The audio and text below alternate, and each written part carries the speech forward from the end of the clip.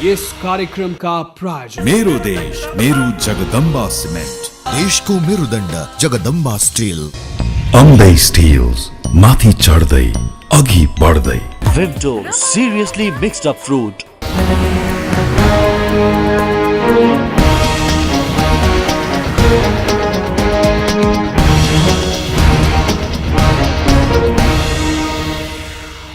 Accuracy balance credibility यो हो ABC television. म रविन्द्र पौडेल। कार्यक्रम हो ब्युरो रिपोर्टर। समस्या कहाँ छैन? ताप्लेजुङको फुङलिङमा छैन कि तेह्रथुमको म्याग्लुङमा? मुद्दा कहाँ छैन? कर्णालीको कालीकोटमा छैन कि बागलुङको गलकोटमा? काठमाडौँका समस्या मात्रै होइनन् समस्या, सहर बजारका मुद्दा मात्रै पनि होइनन् मुद्दा। सुदूरपश्चिमका कैलाली, कञ्चनपुर, बाँकी बर्दिया हुँदै सुदूरपूर्वका झापा, मोरङ, सप्तरी, सुनसरीसम्मका सबै जनता उत्तिकै समान छन् हाम्रा लागि, र हामी तपाईलाई देखाउनेछौँ यिनै जनताका वास्तविक समस्या, गाउँघरका यथार्थ मुद्दा, अनि गर्नेछौँ समाधान र सम्भावनाको खोजी। हिमाल होस् या पहाड या होस् तराई मधेस, हाम्रा निम्ति बराबर छन् सबै ठाउँका जनताका आँसु। हाम्रा लागि समान छन् सबै नेपालीका सपना र सङ्घर्ष।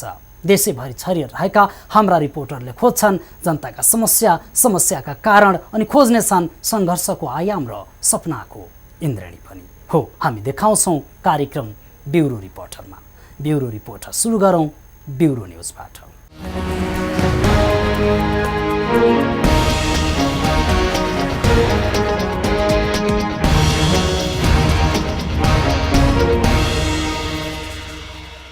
जाजरकोटका जिल्ला शिक्षा अधिकारी विष्णु नारायण श्रेष्ठ शनिबार पनि विद्यालयको समस्या बुझ्न गाउँ गाउँ घुम्न थालेका छन्।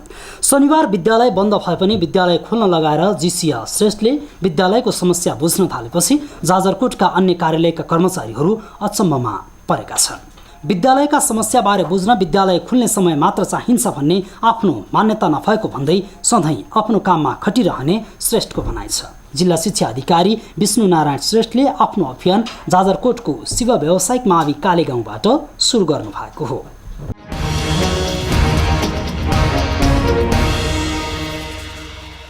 पूर्वी क्षेत्रमा लगातार भइरहेको वर्षाले सप्तकोशी नदीमा पानीको बहाव बढेको छ। सप्तकोशीमा पानीको बहाव यस वर्षकै उच्च 2,30,000 क्युसेक मापन गरिएको छ। यसअघि असार 9 गते पानीको बहाव 2,11,300 क्युसेक मापन गरिएको थियो। पानीको बहाव 81 बढेपछि कोशी ब्यारेजमा खतराको रातो बत्ती बालिएको छ। अहिले आत्तिनुपर्ने अवस्था नरहे पनि खतराको सङ्केत भने सुरु भएको सुनसरीका प्रमुख जिल्ला अधिकारी सुदर्शन प्रसाद ढकालले बताउनुभयो। बाढीबाट हुन सक्ने क्षति रोक्न तयारी गरेको पनि प्रजीय ढकालले बताउनुभयो। पानीको बहाव एकाएक बढेपछि क्षति हुन सक्ने क्षेत्रमा नेपाल प्रहरी र सशस्त्र प्रहरी परिचालन गरिएको छ। बाढीबाट क्षति हुन नदिन नेपाल र भारतका सुरक्षाकर्मी बीच पटक पटक छलफल भइरहेको उहाँले जानकारी दिनुभयो। पानीको बहाव बढ्दै गएको भए पनि अहिलेसम्म बाँधका 56 मध्ये 31 वटा मात्र ढोका खोलिएको छ, जसले गर्दा पानीको बहाव कोशी ब्यारेजको उत्तरी क्षेत्रमा बढिरहेको प्राविधिकहरूले बताएका छन्। कोशीले यो वर्ष पानीको धार पनि परिवर्तन गरेको छ। अघिल्लो वर्ष सप्तरी र उदयपुरमा बढी बहाव रहेकोमा यस वर्ष सुनसरीतर्फ बहाव बढेको ढकालले जानकारी दिनुभयो।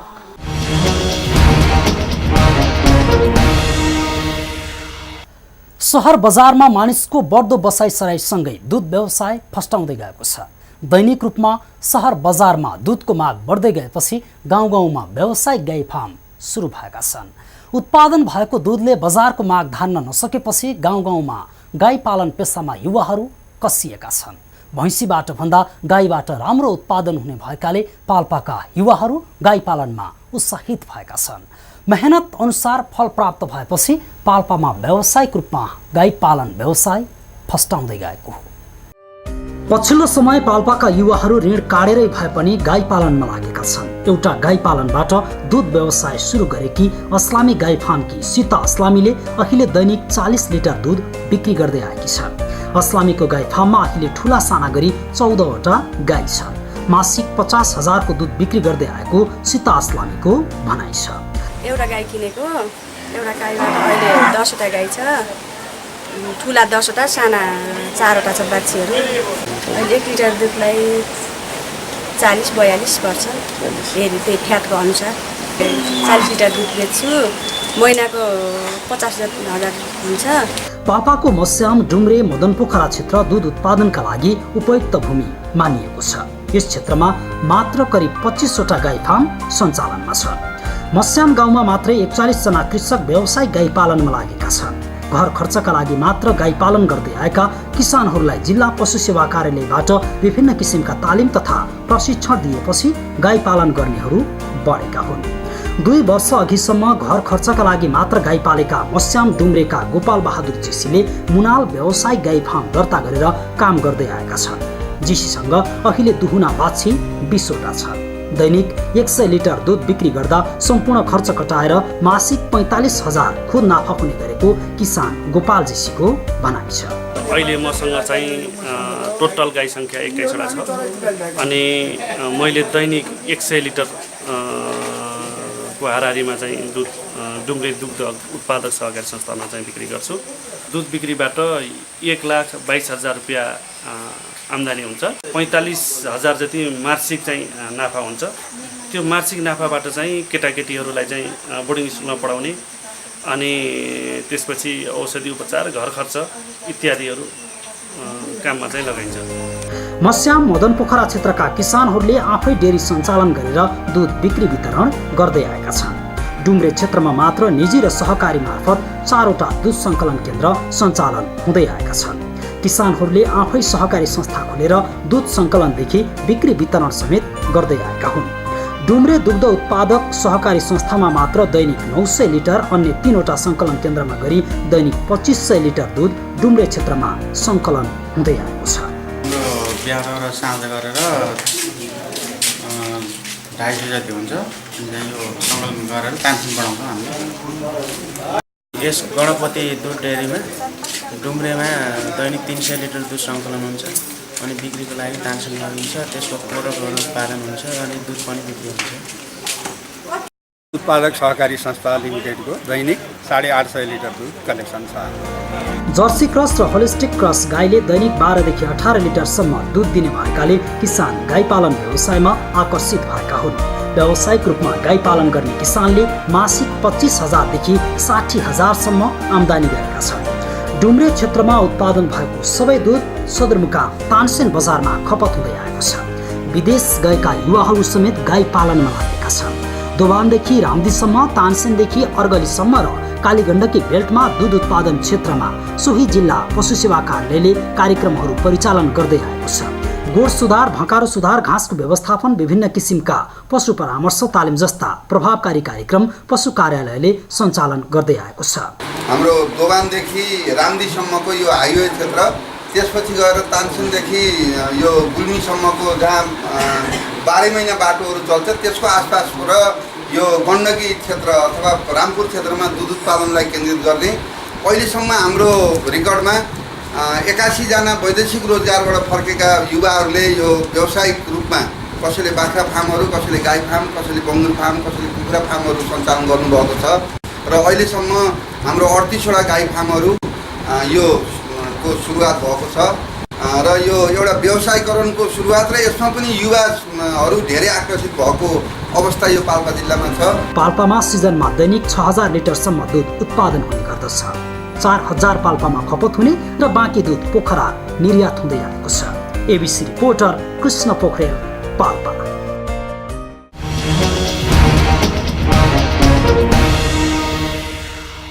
दुध व्यवसायमा लागेका किसानहरूले भारतबाट आउने दाना गुणस्तरीय नभएको, दानामा बालुवा, माटो, काठको धुलो जस्ता वस्तु मिसावट भएर आउने गरेको गुनासो समेत गरेका छन्। दुधको बजारबाट आउने अधिकांश रकम भारतमा जाने अवस्था केही वर्ष यता न्यूनीकरण हुँदै गएको छ। सरकारले किसानहरूलाई प्रोत्साहन दिनका लागि गाईको बिमा, सहुलियत दरमा ऋण, उन्नत जातका गाई, समयमा उपचारको व्यवस्था गरिदिएमा केही वर्षमै नेपाल दुधमा आत्मनिर्भर र विदेशमा समेत निर्यात गर्ने अवस्था आउने देखिएको छ। हामी फेरि आउनेछौँ।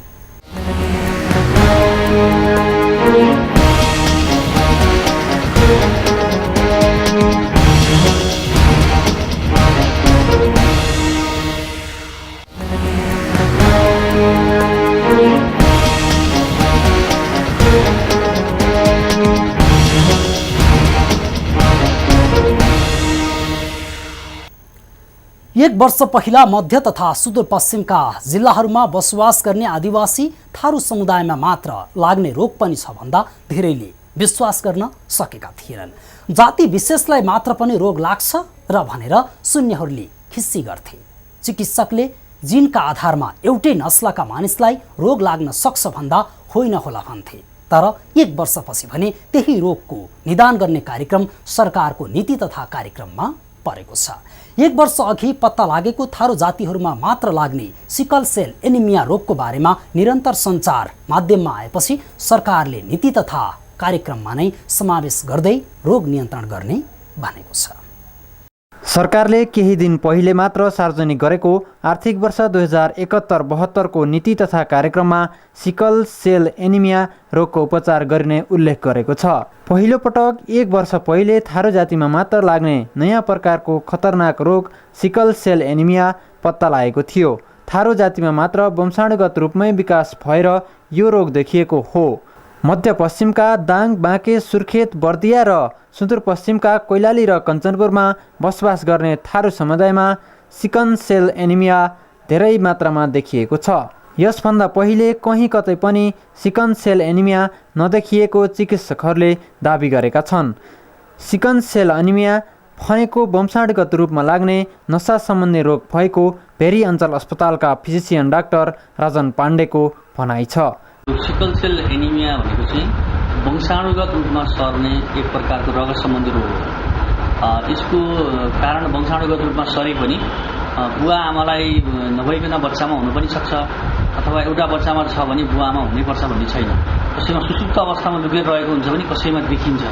यो रोगको बारेमा आवश्यक प्रचार र जनचेतना नहुँदा अधिकांश थारू समुदायले अस्पतालमै नआई धामीझाँकी र झारफुकको भर पर्ने गरेका छन्। स्वास्थ्य विभागले रोगका विषयमा सम्बोधन नगरिदिँदा चिकित्सकहरू पनि उपचार विधि सम्बन्धी अन्यलमा देखिएका छन्। दाङका प्रभुराम चौधरीले आफ्नी बुहारीलाई शरीर दुख्ने झमझमाउने भएपछि 2 वर्षसम्म विभिन्न अस्पतालमा उपचार गराएका थिए। सरकारी र निजी अस्पतालमा उपचार गराउँदा समेत निको नभएपछि उनले केही दिन अगाडि मात्र नेपालगञ्ज स्थित भेरी अञ्चल अस्पतालमा ल्याएका थिए। भेरी अञ्चल अस्पतालले उनलाई सिकल सेल एनिमिया भएको भन्दै उपचार सुरु गरेपछि मात्र थारूले रोगका बारेमा थाहा पाएका थिए। हुन्छ ठिक हुन्छ भन्दैन कि यहाँ हुन्छ अन्त जानु पर्दैन, कस्ता कस्ता रोग त ठिक भएको छ, किन नहुने कुरा होइन भन्नुपर्ने हेर्नुहोस्। त्यसपछि त्यहाँ के अरे विष्णु पौडेल डाक्टर कहाँ, विष्णु पौडेलले फेरि योसँग सम्बन्धित युरिक एसिड कार्ड पठाइदिनु भयो। त्यहाँले फेरि अब डिब्रुटीमा गए, डिब्रुटी प्राइभेट हस्पिटलमा गएपछि तपाईँको त्यहाँबाट विकास देवकोटा बार्डर डिस्ट्रिक्ट पनि हो, फिजिसियन पनि हो। त्यहाँ गएपछि त्यहाँबाट यो नेपालगञ्ज के थापा रे विनोद थापा कहाँ जानु, विनोद थापाले पनि योसँग रोग होइन भन्नुभयो। त्यहाँले फेरि यो एमडी गरेको फिजिसियनसँग देखाउनु भनेपछि यहाँ आएपछि बल्ल रोग पत्ता आयो। यहाँ डाक्टरले भन्नुभयो, यो राजन पाण्डेले, यो चाहिँ अब रोग पहिलो हो, यो रोग धेरै डाक्टरलाई थाहा छैन भनेर उहाँले जानकारी भएपछि बल्ल पत्ता ठिक भएको छ अहिलेसम्म। अब थारूले 2 वर्षको उपचारका सिलसिलामा 1 लाखभन्दा बढी रुपैयाँ खर्च गरिसकेका छन्। सबै खाले रोग सबै मानिसमा लाग्ने भए पनि अहिलेसम्मको अनुसन्धानमा सिकल सेल एनिमिया अर्थात् हँसिया रक्तकोष रोग थारू जातिका मानिसमा मात्र भेटिएको हो। हँसिया रक्तकोष रोगको जीवाणु आमाको गर्भबाटै प्रभावित हुने भए पनि त्यसको लक्षण किशोर अवस्थाबाट देखिने विज्ञहरूले बताएका छन्। यसरी देखिएको रोग नियन्त्रण गर्नतर्फ सरकारले समयमै कदम नचाले थारू जातिमा महामारी लिने देखिन्छ। नीति तथा कार्यक्रममा सम्बोधन गरिएको रोग निदानका लागि सम्बन्धित निकाय गम्भीर बन्न जरुरी छ। ABC reporter Krishna Oli, Nepalgunj.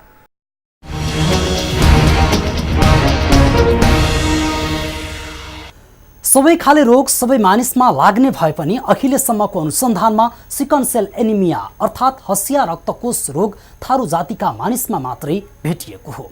हँसिया रक्तकोष रोगको जीवाणु आमाको गर्भबाटै प्रभावित हुने भए पनि यसको लक्षण किशोरावस्थाबाट देखिने विज्ञहरूले बताएका छन्। यसरी देखिएको रोग नियन्त्रण गर्नतर्फ सरकारले समयमै कदम नचाले थारू जातिमा महामारी लिने देखिन्छ। यिनै प्रसङ्गसँगै ब्युरो रिपोर्टर आजलाई यति नै। गाउँ सहर दुनियाँ बिउझाउने हाम्रो अभियान जारी छ। तपाईँ एबिसी टेलिभिजन हेर्दै गर्नुहोला। नमस्कार। Bureau reporter. यस कार्यक्रमका प्रायोजक मेरो देश मेरो जगदम्बा सिमेन्ट, देशको मेरुदण्ड जगदम्बा स्टिल। अम्दै स्टिल्स, माथि चढ्दै अघि बढ्दै। Vimto, seriously mixed up fruit.